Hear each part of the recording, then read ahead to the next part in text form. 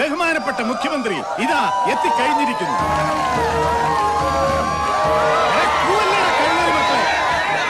എടാ ഇരിക്കാൻ. ഇനി ആരും ഒരക്ഷരം പോലും മിണ്ടിപ്പോവൻ.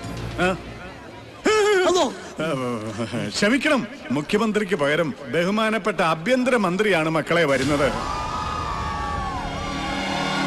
അച്ഛോ, ഇതും മാസ്ക് ആണോ? മാസ്ക് അല്ലടാ, കോപ്പി. ഒറിജിനൽ മന്ത്രിയാ വരുന്നത്, അല്ലടോ? അതെ അതെ അതെ.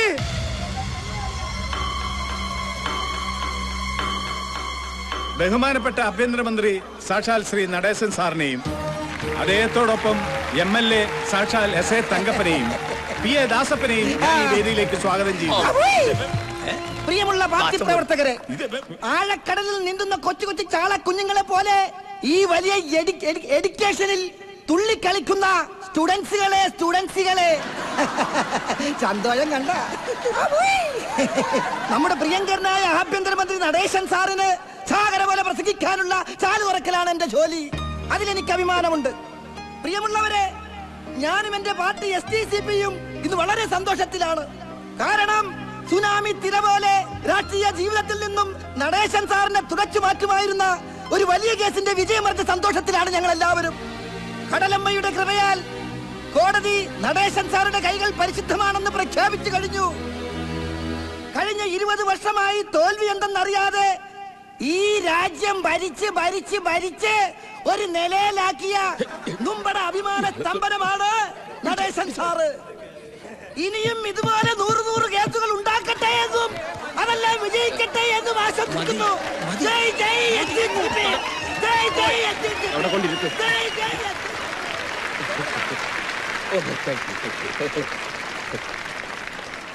ബഹുമാനപ്പെട്ട ഫാദർ കച്ചറത്തറ, മറ്റു ഗുരുക്കന്മാരെ, രക്ഷകർത്താക്കളെ, പ്രിയ വിദ്യാർത്ഥിനി സുഹൃത്തുക്കളെ, ബഹുമാനപ്പെട്ട CMന് അത്യാവശ്യമായി ഡൽഹി പോകേണ്ടി വന്നതിനാൽ ഇവിടുത്തെ ചടങ്ങിൽ പങ്കെടുക്കാൻ അദ്ദേഹം ഏൽപ്പിച്ച അനുസരിച്ച് വന്നതാണ് ഞാൻ. MLA തങ്കപ്പൻ പറഞ്ഞതുപോലെ ഞാൻ ഇന്നേറെ സന്തോഷവാനാണ്. സത്യാന്വേഷിയായിരുന്ന മഹാത്മാഗാന്ധിയുടെ പാത പിന്തുടരുന്ന ഒരു എളിയ രാഷ്ട്രീയ പ്രവർത്തകനാണ് ഞാൻ. ആ എന്നെ ഒരിക്കലും ദൈവവും നിങ്ങളും കൈവിടില്ല. അതാണ് എന്റെ സന്തോഷം. നാടിനു വേണ്ടി നിസ്വാർത്ഥമായി പ്രവർത്തിക്കുന്ന എന്നെ പോലുള്ളവർക്കെതിരെ അധികാര കൊതിയന്മാർ അഴിമതി ആരോപണങ്ങൾ ഉന്നയിക്കുന്നത് സ്വാഭാവികം. പക്ഷേ നമ്മുടെ വ്യക്തിത്വത്തെ തേജോവധം ചെയ്യാൻ ആരെങ്കിലും ശ്രമിച്ചാൽ നമുക്കത് സഹിക്കാനാവുമോ? അതും സ്വന്തം വകുപ്പിലെ ഉത്തരവാദിത്തപ്പെട്ട തസ്തിക കൈകാര്യം ചെയ്യുന്ന ഒരു സ്ത്രീ.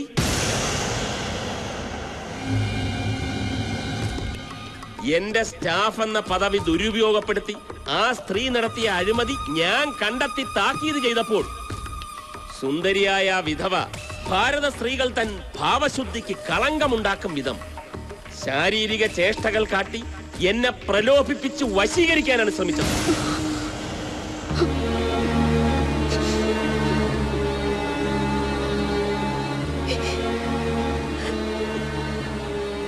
ഈ വിദ്യ ഇതിനു മുമ്പും പലരോടും പല പ്രാവശ്യം ആ സ്ത്രീ പ്രയോഗിച്ചിട്ടുണ്ട്. എന്നാൽ ഞാനതിന് വഴങ്ങില്ല എന്ന് കണ്ടപ്പോൾ ഒരു അഭിസാരികയുടെ ചാരിത്ര പ്രസംഗം പോലെ ഇല്ലാത്ത പീഡനത്തിന്റെ കഥ പറഞ്ഞ് എന്റെ പേരിൽ ഒരു അപകീർത്തി കേസ് നൽകി. പക്ഷേ സത്യം ജയിച്ചു. കോടതിക്ക് എന്റെ നിരപരാധിത്വം ബോധ്യമായി. ഇത്രയൊക്കെ സംഭവിച്ചെങ്കിലും എനിക്ക് അവരോട് പ്രതികാരമില്ല. ചെയ്ത തെറ്റ് മനസ്സിലാക്കി പശ്ചാത്തപിച്ച് മാപ്പപേക്ഷിച്ചാൽ എല്ലാം മറക്കാനും പൊറുക്കാനും ഞാനിപ്പോഴും തയ്യാറാണ്. പക്ഷേ ഇനിയെങ്കിലും സ്വന്തം സൗന്ദര്യം മാന്യമായി ജീവിക്കുന്നവരെ ഉപദ്രവിക്കാൻ വേണ്ടി ഉപയോഗിക്കരുതെന്നും മാന്യതയുടെ മുഖംമൂടി അണിഞ്ഞ് ഒരു കുലടയായി ജീവിച്ച് ഈ സമൂഹത്തെ നശിപ്പിക്കരുതെന്നും ഈ അവസരത്തിൽ ഞാൻ അവരെ ഓർമ്മിപ്പിക്കുന്നു.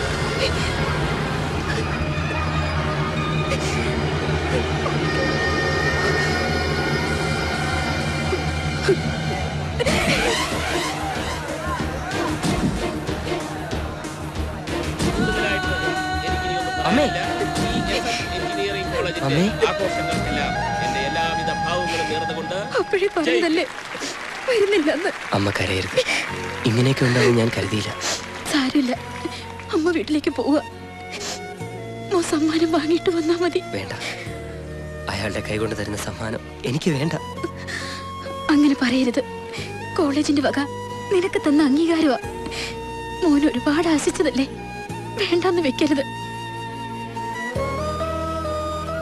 അടുത്തതായി സമ്മാനദാനമാണ്. കായിക കലാമത്സര ചെല്ല്. വിജയികളായ വിദ്യാർത്ഥിനികളെ അയ്യോ, നിങ്ങൾ സമ്മാനം ഏറ്റുവാങ്ങുന്നതിനായി കരയരുത്. എന്റെ മോൻ നല്ല സ്മാർട്ടായിട്ട് രാജകുമാരനെ പോലെ തല ഉയർത്തിപ്പിടിച്ച് ചെന്ന് സമ്മാനം വാങ്ങിക്കണം. എന്നിട്ട് വീട്ടിൽ ഉടനെ എത്തണം. അമ്മ കാത്തിരിക്കും. ഉടനെ തന്നെ പോകേണ്ടതാണ്. അതുകൊണ്ട് നിങ്ങൾ സഹകരിക്കുക.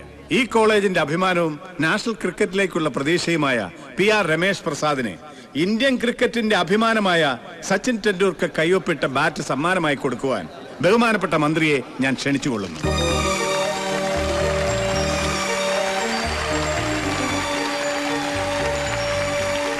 All the best.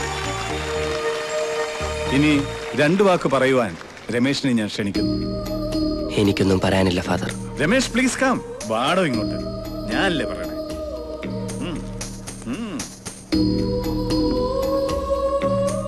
എന്ത് പറയണമെന്ന് എനിക്കറിയില്ല. ഒരു മകനും എന്റെ ഈ അവസ്ഥ ഉണ്ടാവരുതെന്ന് ഞാൻ പ്രാർത്ഥിക്കുകയാണ്. നീചനായി മന്ത്രി പറഞ്ഞത് മുഴുവൻ കള്ളമാണ്. എന്റെ അമ്മ പാവമാണ്. ഈ മിനിസ്റ്റർ MLA കൂടെ ഞങ്ങളുടെ വീട്ടിൽ വന്ന് കേസ് പിൻവലിക്കണമെന്നും അല്ലെങ്കിൽ ജീവനോടെ വെച്ചേക്കില്ലെന്നും പറഞ്ഞ് ഭീഷണിപ്പെടുത്തി. അമ്മ വഴങ്ങില്ലെന്ന് കണ്ടപ്പോ കാല് പിടിച്ചു മാപ്പ് പറച്ചിലായി. ഒരു തെറ്റും ചെയ്തിട്ടില്ലെങ്കിൽ പിന്നെ എന്തിനു ഇവരെങ്ങനെ ചെയ്തു?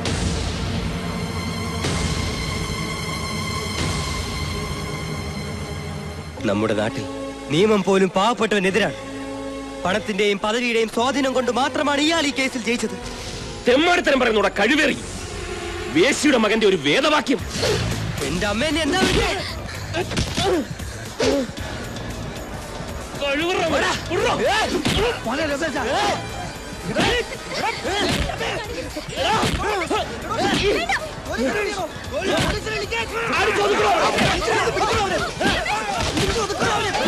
രമേശ് എടാ.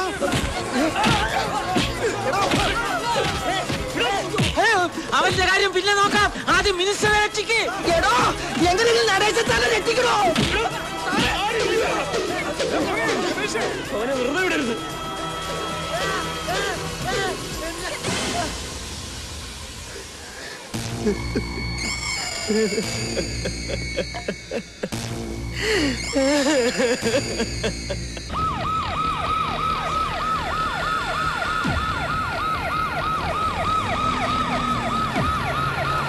ഞാൻ പറഞ്ഞില്ലടാ, അവന്റെ കാര്യം ഒന്ന് കട്ട പോകയാ. ഇടിവണ്ടി വന്നു കഴിഞ്ഞ് ആരാണ് ഈ രമേശ് പ്രസാദ്? അകത്തുണ്ട് സാർ. മാറാൻ മാറാൻ. എവിടെയാ ഗരുഡാവൻ?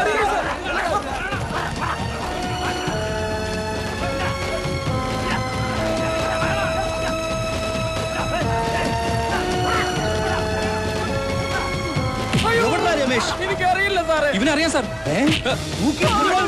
രമേശ് എവിടാ? എനിക്കറിയില്ല സാർ. നിനക്ക് അറിഞ്ഞൂടല്ലേ? ഞങ്ങളുടെ സ്റ്റുഡൻസിനെ തൊട്ടാലുണ്ടല്ലോ.